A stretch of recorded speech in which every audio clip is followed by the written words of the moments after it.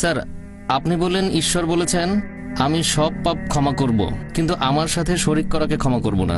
শুধুমাত্র ইসলামের অনুসারীরা আল্লাহকে মেনে চলে, আর অন্যান্য ধর্ম যেমন হিন্দুইজমে আমরা আল্লাহকে মেনে চলছি না। তাহলে আপনার দৃষ্টিতে আমরা পাপী? ভাই প্রশ্ন করলেন যে আল্লাহ যে কোনো অপরাধ ক্ষমা করতে পারেন যদি তিনি চান। এমন না যে ক্ষমা করবেনই, এমন না যে আল্লাহকে বিশ্বাস করলে আপনি যে কোনো পাপ করতে পারেন। তিনি চাইলে অবশ্যই ক্ষমা করতে পারেন, তবে শিরক করার অপরাধ কখনো ক্ষমা করবেন না। এখন অমুসলিমরা আল্লাহকে বাদ দিয়ে অন্য কারো উপাসনা করে। আল্লাহ মানে সত্যিকারের একজন ঈশ্বর, তাকে যে কোনো নামে ডাকতে পারেন। আল্লাহ কোরআনে বলেছেন সূরা ইসরা অধ্যায় 17 আয়াত নাম্বার 110, ওয়ালিদুল্লাহ আবিদুর রহমান আইয়ামা তাদুফাল আল আসমাউল হুসনা। তোমরা তাকে আল্লাহ নামে ডাকো অথবা রহমান, যে নামেই ডাকো সকল সুন্দর নাম সমূহ তো তারই, তবে নামটা হতে হবে সঠিক।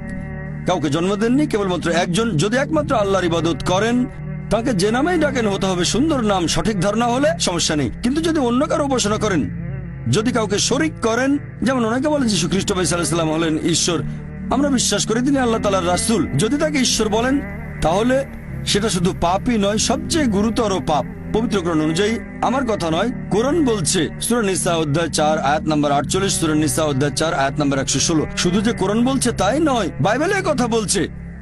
এমনকি বাইবেলেও বলা আছে, সর্বশক্তিমান ঈশ্বর বলেছেন বুক অব ডিউটেরোনমি অধ্যায় 5 অনুচ্ছেদ 7 থেকে 9, তোমরা সর্বশক্তিমান ঈশ্বরের কোনো প্রতিমা তৈরি করবে না, এটা পাপ। এমনকি ঋগ্বেদও বলছে এটা একটা পাপ। যজুর্বেদ অধ্যায় 32 অনুচ্ছেদ 3 বলছে এটা পাপ। তাহলে শুধু কোরআন একাই বলছে না এটা পাপ, এমনকি হিন্দু ধর্মগ্রন্থ বলছে এটা পাপ। ধরেন একজন মুসলিম বললো আমি আল্লাহকে বিশ্বাস করি, তারপর ইবাদত করা শুরু করলো মুহাম্মদ সাল্লাল্লাহু আলাইহি ওয়াসাল্লামকে, নাউজুবিল্লাহ। এটা উদাহরণ দিচ্ছি।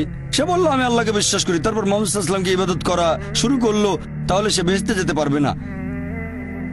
একইভাবে কোন খ্রিস্টান যদি এখন যীশু খ্রিস্টের উপাসনা করে, কিন্তু বাইবেল বলছে উপাসনা করা উচিত না, বেদ বলছে অন্য কারো উপাসনা করবে না, তাহলে আপনাদের বেদ অনুযায়ী আপনি হবেন পাপী। তারপর ভগবদ্গীতা অনুযায়ী আপনি হবেন পাপী। তারপর উপনিষদ অনুযায়ী আপনি হবেন পাপী। পবিত্র কোরআন অনুযায়ী আপনি হবেন পাপী। খ্রিস্টানদের বাইবেল অনুযায়ী আপনি হবেন পাপী।